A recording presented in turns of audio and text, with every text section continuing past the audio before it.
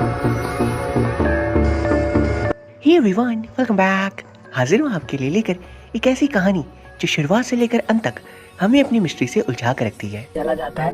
तो जैसे ही मैनेजर ये सोचता है तो वो बाहर निकलता है और फिर बाद में वो जाके अपने गाड़ी में बैठता है। पर उसने नई गाड़ी ले ली है क्योंकि उसकी जो पुरानी महंगी वाली गाड़ी थी वो कोमुनिंग ने वापस ले ली।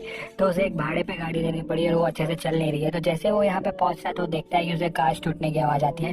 तो जैसे वो कांच टूटता है तो वो फटाक से भागा हुआ ऊपर आता है। और उसके बाद हम देखते हैं कि जो कोमुनिंग है उसने जो मुक्का मार के जो कांच है उसे तोड़ दिया है।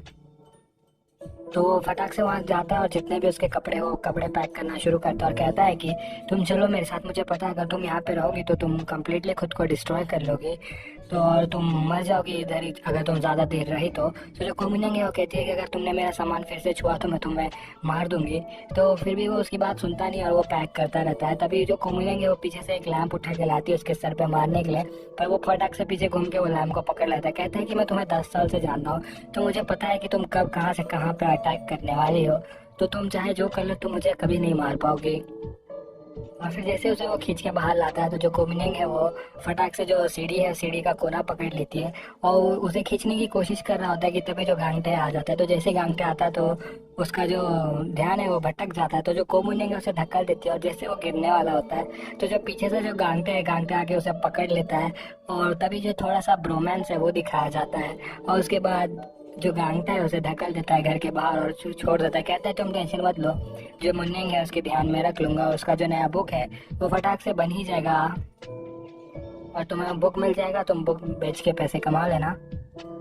उसके बाद जैसे ही गांगटा आता है तो जो कोमुनिंग है उसे कहते हैं कि चलो घूमने चलते हैं कहीं पे, मेरा जो बुखार है वो घूमने से उतरेगा ना कि दवाई से। तो उसके बाद जैसे गांगटा उसे ले जाता है एक रेस्टोरेंट में तो वहाँ पे जाके पॉक बेली खा रहे होते हैं। तो जब वो खा रही होती है तभी वो फटाक से गांगटे को पूछ देती है कि क्या तुम पहले कभी किसी के साथ से हो। तो उसके मुंह से जो पानी है वो नीचे गिर जाता है। वो कहने लगता है तुम सडनली ये सब क्यों पूछ रही है। तो वो कहती है कि मुझे लगा ही था कि तुमने ऐसा कुछ किया नहीं होगा क्योंकि तुम्हें देख के लगता है कि तुम बहुत ज़्यादा बोरिंग से इंसान हो। तुमने अपनी ज़िंदगी में कुछ किया ही नहीं है, तुमसे अपने भाई के देखभाल करने में तुम्हारी जो पूरी ज़िंदगी है वो उसी में निकल गई है। तो उसके बाद उन लोग वॉक पे चले जाते हैं और जैसे उन लोग वॉक पे होते हैं तो जो कोमुनिंग है उसका फ़ोन छीन लेती है और फ़ोन छीनने के बाद उसे बहुत ज़्यादा टीज करती है। तो जैसे वो फ़ोन खींचने की कोशिश करता है तो उसे पकड़ लेता है। तो कहता है कि क्या तुमने मुझे अपने बाहों में भर लिया है। उसके बाद जो उसके फ़ोन पे है वो जूरी का फ़ोन आता है। तो जैसे जूरी का फ़ोन आता है तो फटाक से फ़ोन उठाती है और जूरी को कहते हैं कि वो बिजी है अभी फ़िलहाल मेरे साथ मस्ती करने में, तो बेटर होगा कि तुम फ़ोन ना करो। उसके बाद हम देखते हैं कि जो कोमुनिंग है उससे पूछते हैं कि तुम मेरे साथ आए क्यों बाहर। तो वो कहता है कि जब मैं तुम्हारी देखभाल कर रहा था तब तुम मुझे बार बार कह रही थी कि तुम यहाँ से चले जाओ, तुम यहाँ से चले जाओ। पर मुझे ऐसा फील हुआ कि तुम कहना चाहते थे कि प्लीज़ यहाँ पे रुक जाओ। इसके लिए मैंने सोचा कि मैं तुम्हें पिछली बार छोड़ के भाग गया था तो इस बार बेटर होगा कि मैं तुम्हारे साथ एक दिन गुजारूँ। उसके बाद हम देखते हैं कि जो जूरी है वो जाके ड्रिंक करना शुरू कर देती है और वहीं पे जो मैनेजर है वो ड्रिंक कर रहा होता है। और जब ये लोग बात करता है तो ऐसा लगता है कि ये दोनों एक दूसरे से बात कर रहे हैं और ये दोनों एक्चुअली में कोमुनियन के बारे में ही बात कर रहे होते हैं और कोमुनियन को ही गाली दे रहे होते हैं। तो उसके बाद जैसे ही वो मैनेजर जाके बात करने की कोशिश करता है जूरी से और उसे अपना कार्ड दिखाता है तो उसे पता चलता है कि वो कोमुनियन का मैनेजर है। तो वो सीधा उसे थप्पड़ लगा देती है और कहती है कि तुम्हें कोशिश तो करना चाहिए था जो कोमुनियन है उसे ना भेजने के लिए यहाँ पे। उसके बाद हम देखते हैं अगले दिन जैसे ही गांगटे आता है हॉस्पिटल में तो हॉस्पिटल में वो जाता है डॉक्टर से बात करने के लिए और जो डॉक्टर है वो उसे बताता है जो कोमुनियन है उसकी मम्मी के बारे में। तो जो उसकी मम्मी थी वो बहुत ही बड़ी राइटर थी और वो फिक्शनल राइटिंग करती थी, यानी कि जो फिक्शन पे बुक होती है उस पर बुक लिखा करती थी। और हमें पता चला कि जिस दिन उसने अपना लास्ट बुक ख़त्म किया तो उससे पहले ही वो खत गायब हो गई, यानी कि उसका जो नाम और निशान है वो मिट गया और किसी को मालूम ही नहीं पड़ा कि वो कहीं कहाँ पे। और जो लास्ट बुक है वो कभी पब्लिश ही नहीं हुई पर जो पेपर्स है वो कहीं तो मौजूद है। तो उसके बाद हम देखते हैं कि जो गांगटे है वो जाके बात करने की कोशिश करता है उस पेशेंट से जो बेहोश हो गई थी। तो जैसे ही वो उससे जाके बात करता है और कहता है कि आपकी जो बेटी है वो अभी नहीं आई पर मुझे पक्का मालूम है अगली बार वो ज़रूर आएगी। तो उसके बाद वो फटाक से कह देती है कि मुझे पता है कि जो मेरी बेटी है वो मर चुकी है।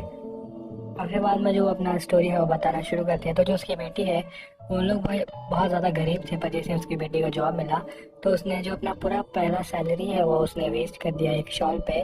तो एक्चुअली में वो शॉल खरीद के लाई थी अपनी मम्मी के लिए। तो जैसे उसने अपनी मम्मी को वो शॉल दिया तो उसका जो प्राइस था वो 1.6 मिलियन वॉन का था। तो जैसे ही वो उसकी मम्मी ने ये शॉल देखा तो गुस्सा हो गई कि वो कहने लगी कि तुमने इतना महंगा शॉल खरीद के क्यों लाया मेरे लिए। तो जैसे उसने ये कहा तो उसे बहुत ज़्यादा बुरा लगा और वो रोते रोते वो बाहर चली गई वहाँ से। और उसने उससे कह दिया कि मुझे तुम्हारी जैसी बेटी चाहिए नहीं जो इतनी कम अकल है, इतना ज़्यादा पैसा खर्च करती है शॉल पे। तो जैसे वो बाहर गई और जैसे वो रोड पे चलना शुरू किया तो जो गाड़ी है, गाड़ी ने आके उसे उड़ा दिया और उसकी जो डेथ है वो वहीं हो गई। तब से ये खुद को ब्लेम कर रही है कि अगर उसने उस दिन उससे झगड़ा नहीं किया होता, उस दिन उसे घर से निकाला नहीं होता, तो शायद वो अभी भी जिंदा होती। तो ये जो स्टोरी है वो सुनने के बाद वो चला जाता है अपने दोस्त यीशु से बात करने के लिए। तो सिर्फ यीशु है इन दोनों को छोड़ के जो इनकी पूरी स्टोरी है जिसको पता है। तो यीशु से जब वो बात कर रहा होता है तो वो कहता है कि क्या तुम्हें लगता है कि जो मेरी मम्मी है उसे भी बुरा लगा होगा कि वो जिस तरह से मुझे ट्रीट करती थी, सिर्फ वो जो शांत है उसे अच्छे से ट्रीट करती थी और हमेशा मुझे निगलेक्ट किया करती थी। और उसके बाद वो रोने लगता है। तो जो जेसु है वो तभी खड़ा हो जाता है और बाद में आसमान में देखता है और कहता है कि मैडम आपने ये अच्छा नहीं किया, जो गांगटे है वो भी आपका ही बेटा था, तो आपने उसके साथ इतना बुरा बर्ताव क्यों किया। पर आप टेंशन मत लो, आप जा चुके हो ना, तब से मैं इसका ख्याल रख रहा हूँ, मैंने इसे पाल के रखा है और मैंने इसे पाल पोस के इतना बड़ा किया है। तभी जो जूरी की मम्मी है वहाँ पे आ जाती है और कहती है कि अपनी मम्मी को इतना ज़्यादा हेट मत करो, तुम्हें पता है मेरी सिर्फ एक ही बेटी है और मुझे इसे सिर्फ पाल के इतना बड़ा करने में बहुत ज़्यादा प्रॉब्लम हुआ। कभी कभी मुझे लगता था कि मैं बस यहाँ से भाग जाऊँ। और जो तुम्हारी मम्मी है उसने तो दो दो बच्चों को पाला है और ऊपर से जो सांगटे है वो तो स्पेशल केस था, यानी कि उसे जो मेंटल डिसेबिलिटी थी फिर भी उसे उसने पाल के इतना बड़ा किया। उसके बाद हम देखते हैं कि जो जूरी है उसका जो नशा है थोड़ा सा उतरता है। तो जो जूरी है उसे सब कुछ याद आने लगता है। तो उसे याद आता है कि कैसे उसने उसे थप्पड़ मारा। उसके बाद जब वो उसे लेके आ रहा था अपने पीठ पे उठाकर, तभी वो उसका बाल खींच रही थी और बाद में उसे उसने बहुत ही ज़्यादा टॉर्चर किया सिर्फ इतने से रास्ते में। तो उसके बाद जैसे ही गांगटे पहुंचता है अपने घर पे तो वो कोमुनियंग से बात करता है। तो कोमुनियंग को कहता है कि मैंने नशा किया हुआ है तो तुम अब मत करना, क्योंकि अगर हम दोनों नशा कर लेंगे तो बहुत बड़ी प्रॉब्लम हो जाएगी। उसके बाद वो कहता है कोमुनियंग को आंख बंद करने के लिए। तो जैसे वो आंख बंद करती है तो वो पाउट करना शुरू कर देती है क्योंकि उसे लगता है कि वो उसे किस करेगा। पर तभी वो अपने बैग से एक छोटा सा डॉल निकालता है और कहता है कि इसका नाम है मांगटे और ये है ड्रीम कैचर। तो ये जो ये बुरी ड्रीम्स होता है ना वो उसे अपने बैग में बंद करके रख लेता है। तो तुम जब भी सोओगे ना तो ये अपने पास रखना, जिससे जो तुम्हारे सपने हैं ना वो कभी भी तुम्हें बुरे सपने नहीं आएंगे। उसके बाद हम देखते हैं कि अगले दिन जैसे ही कोमुनियंग पहुंचती है हॉस्पिटल में तो उसे पता चलता है कि जो उसके क्लासेस हैं वो कैंसिल हो गए। तो वो भड़क जाती है, बाद में वो डायरेक्टर को ढूंढने चली जाती है।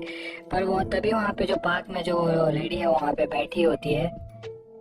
तो वो उठती है और जाके कोमुनियंग को कहती है कि मैं चाहती हूँ कि मैं तुम्हें कंपनसेट करूँ, तो मुझे पता नहीं कि मैं कैसे कर सकती हूँ। तभी जो कोमुनियंग है तभी उससे ले लेती है उसका शॉल और कहती है कि मुझे ये चाहिए, तो तुम मुझे अगर ये दे दोगी तो मैं तुम्हें माफ़ कर दूंगी। तभी जो वो लेडी है वो कहती है कि ठीक है तुम ये ले लो। और जैसे ही कोमुनियंग वो लेके चली जाती है तो वो लेडी कहती है कि जो मेरा बर्डन था, जो मुझे रोके हुआ था, वो अब जा चुका है, अभी मुझे हल्का फील हो रहा है। तो उसके बाद जो गांगटे है उसके सर पे हाथ रखता है और कहता है कि मुझे कभी लगा नहीं था कि तुम किसी की मदद कर पाओगे, पर तुमने बहुत अच्छा काम किया। तो उसके बाद जैसे ही वो बाहर निकलती है तो जो उसके पापा है वो उसे कहते हैं कि तुम्हारा जो अंत होगा वो भी तुम्हारी माँ की तरह ही होगा। तो वो कहती है कि मेरा अंत मेरी माँ की तरह नहीं होगा क्योंकि मैं हूँ और मेरी मम्मी थी। तभी वो जैसे ही घर पे जाती है तो वो अपना बाल काटना शुरू करती है, पर वो अपना बाल नहीं काट पाती अच्छे से कि तभी वहाँ पे गांगटा आता है, कहता है कि ये तुमने अपने बालों की क्या हालत कर ली है। और फिर बाद में वो उसके बाल काटना शुरू कर देता है। उतने में हम देखते हैं कि जो उसके पापा है उसे वो गाना सुनाई देता है, जो गाना हॉस्पिटल में रात में चलता है वो उसे सुनाई देने लगता है। वो भागने की कोशिश करता है उस गाने से दूर। और फिर बाद में हमें जो कोमुनिंग है उसका जो नया रूप है वो दिखाया जाता है छोटे बालों के साथ। और जो गांगटे वो कहता है कि ये तुम पे सूट कर रहा है। तो गाइस इसी के साथ ये एपिसोड यहीं पर खत्म हो जाता है। अगर आपको वीडियो अच्छी लगी तो वीडियो को लाइक करें, चैनल को सब्सक्राइब करें और कमेंट करके बताओ आपको ये कैसी लगी।